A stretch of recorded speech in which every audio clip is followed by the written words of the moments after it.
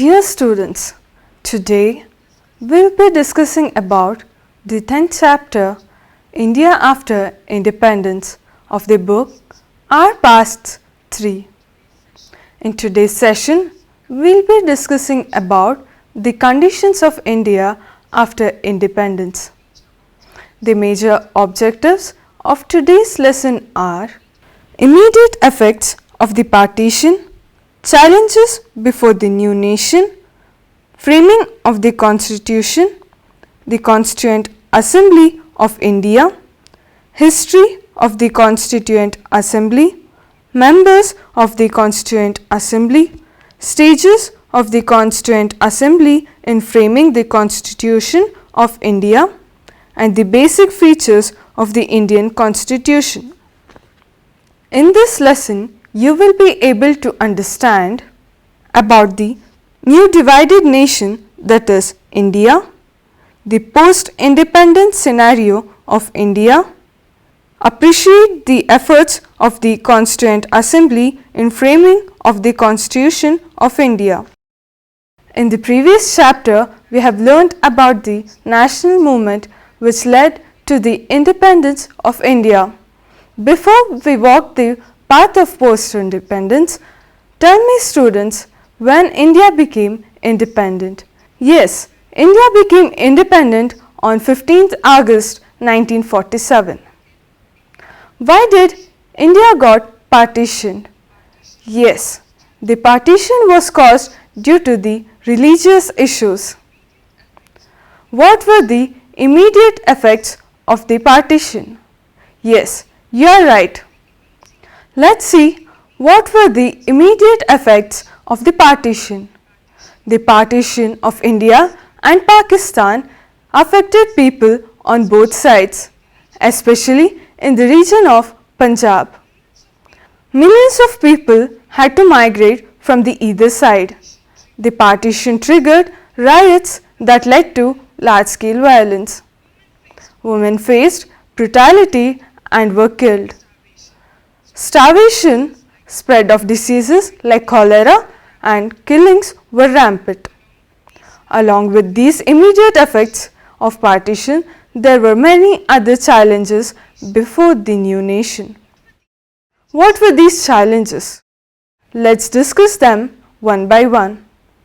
Around 500 princely states which were ruled by the Maharaja or the Nawab that were to be bought under the new nation.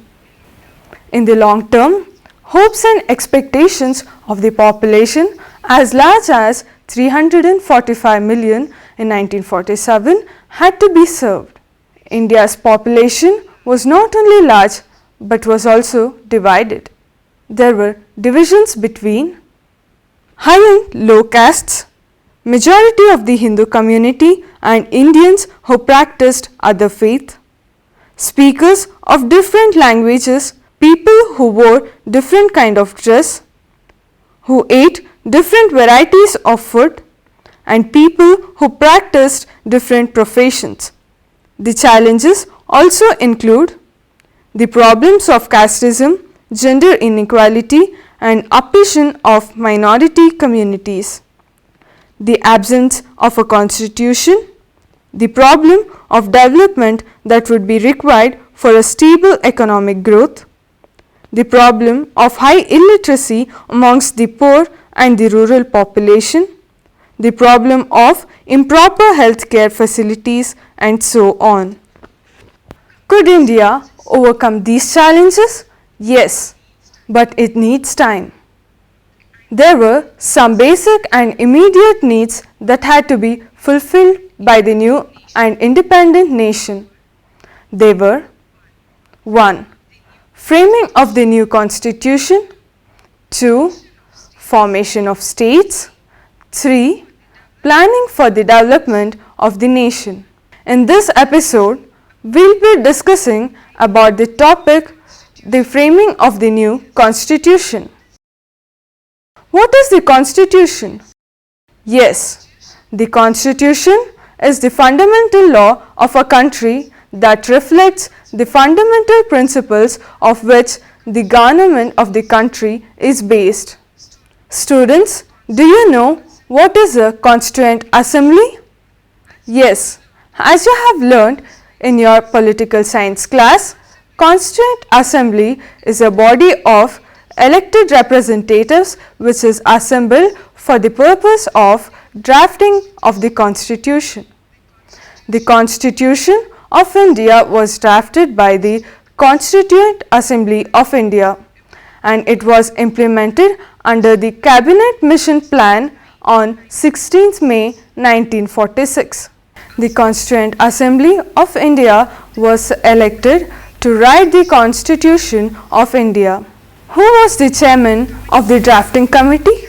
Yes, the drafting committee chairman was Dr. B.R. Ambedkar and he is recognized as the architect of the Indian Constitution. But when was the idea of Constituent Assembly proposed? To know this, let us understand the history of the Constituent Assembly. An idea for the Constituent Assembly was proposed in 1934 by M.N. Rao, an advocate. It became an official demand of the Indian National Congress in 1935. C. Gopalachari voiced the demand for a Constituent Assembly on 15 November in 1939 based on adult franchise and was accepted by the British in August 1940. Under the Cabinet Mission Plan of 1946, the elections were held for the first time for the Constituent Assembly. The Constituent Assembly was formed on 6 December 1946. Now we know when and how the Constituent Assembly was formed. But who were the members of the Constituent Assembly? Yes, Dr. B.R. Ambedkar, Dr. Rajendra Prasad, Harindra Kumar Mukherjee, to name a few. What roles did these members perform? Let's see. Dr. Rajendra Prasad was elected as the president and its vice president was Harindra Kumar Mukherjee. B.N. Rao was appointed as the constitutional advisor of the assembly. Rao prepared the original draft of the constitution. The Constituent Assembly appointed a total of 22 committees to deal with different tasks of the constitution making. Out of these, 8 were major committees and the others were minor. The 8 major committees were 1. Drafting Committee, 2. Union Power Committee, 3. Union Constitution Committee, 4. Provisional Constitution Committee, 5. Advisory Committee on Fundamental Rights, Minorities and Tribal and Excluded Areas, 6. Rules of Procedure Committee, 7. States Committee, that is Committee for Negotiating with States, 8. Steering Committee. Now comes the question, what were the stages of work the Constituent Assembly had? The Assembly had 5 stages. Committees presented reports on issues. B.N. Rao prepared an initial draft based on the reports and his research into the constitutions of other nations.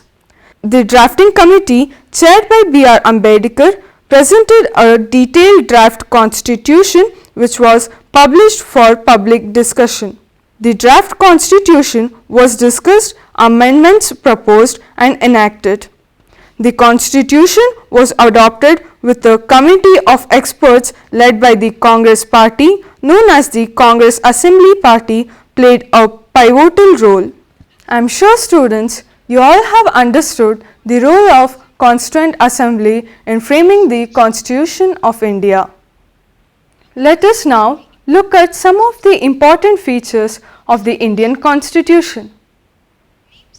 Name some of the important features of the Indian Constitution that you have learnt in your political science class. Good. Let us discuss these 4 important features. They are 1. Universal adult franchise, 2. Equality, 3. special provisions for the poor. 4. The state list. Now let us discuss these features one after another. 1. Universal adult franchise. What does universal adult franchise mean? Yes, it refers to the voting right. In India, the Constitution gives the right to vote for all Indians above the age of 18 in states and national elections. This was a revolutionary step India took because Indians were not allowed to choose their own leaders under the British rule. The UK and the USA had granted these rights in stages to their citizens. First, only men with property had the right to vote and followed by the educated men. But women and working class men got the right to vote after a long struggle, whereas India chose to grant these rights to all its citizens regardless of gender, class or education. 2. Equality. The Constitution guaranteed equality before the law to all its citizens regardless of the class or religious affiliation. Besides Muslims, India also had large population such as Sikhs, Christians, Parsis and Jains. Under the new constitution, they would have the same rights as Hindus, the same opportunities when it came to seeking jobs in government or the private sector, the same rights before the law. The third feature of the Indian Constitution is that it offers special privileges for the poorest and the most disadvantaged sections of India. The practice of untouchability was abolished under the Article 17. The Hindu temples were open to people of all castes and communities. Along with these scheduled castes, the Adivasis or scheduled tribe were also granted reservation of seats in job opportunities. Certain percentage of seats are reserved in legislature and in government jobs for the members of lower castes. 4. State list. The Constituent Assembly spent many days in discussing the issue of sharing of power between the central and the state. Discussions led to the division of powers between the center and the states. It was decided that center's interest should be foremost as they will be in the position to think and plan for the well-being of the country as a whole. The Constitution sought to strike the balance of power between the center and the states by providing 3 lists of subjects, which are Union List, State List and the concurrent list. The Union List has subjects like taxes, defense and foreign affairs, which is the responsibility of the center. This means these subjects are under the control of the central government. The state list has subjects like education, health, which will be taken care by the state. This means these subjects are under the control of the state government. The concurrent list comprises of forests, agriculture, etc., in which the center and the state would have joint responsibility. This means the subjects are both under the control of the state and central government. How could the states and the center communicate, as there were variety of languages in India?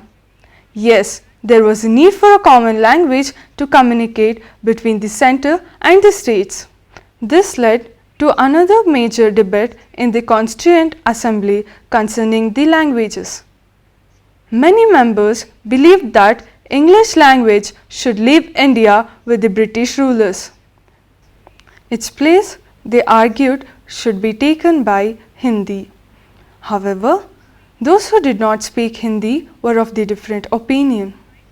A compromise was finally arrived at, namely, while Hindi would be the official language of India, English would be used in the courts, services and communications between one state and other as well. This ends of today's lesson. Now let's recap what we have learned till now. The post-independence path of India was not easy. There were many challenges that India had to face immediately after independence. The diverse population of India was kept in mind while framing the constitution, and also their struggles in the past. Each and every point was discussed in the Constitutional Assembly before the final decision was taken. India tried to learn from the mistakes of the other countries while framing the constitution and adopted the suitable ones for India. Dear students, here are some activities related to this lesson, which should be done and submitted to your teacher. Underline the quotes and extracts of the speech mentioned in this lesson by various leaders and analyze them. Prepare a chart of all important members of the Constituent Assembly with their photographs. Prepare a rough sketch of the front cover page of the Constitution of India. In the next class, we will be discussing about integration of princely states, history of how states were formed in India, linguistic reorganization of states in India. Students, I hope you have enjoyed learning. Thank you.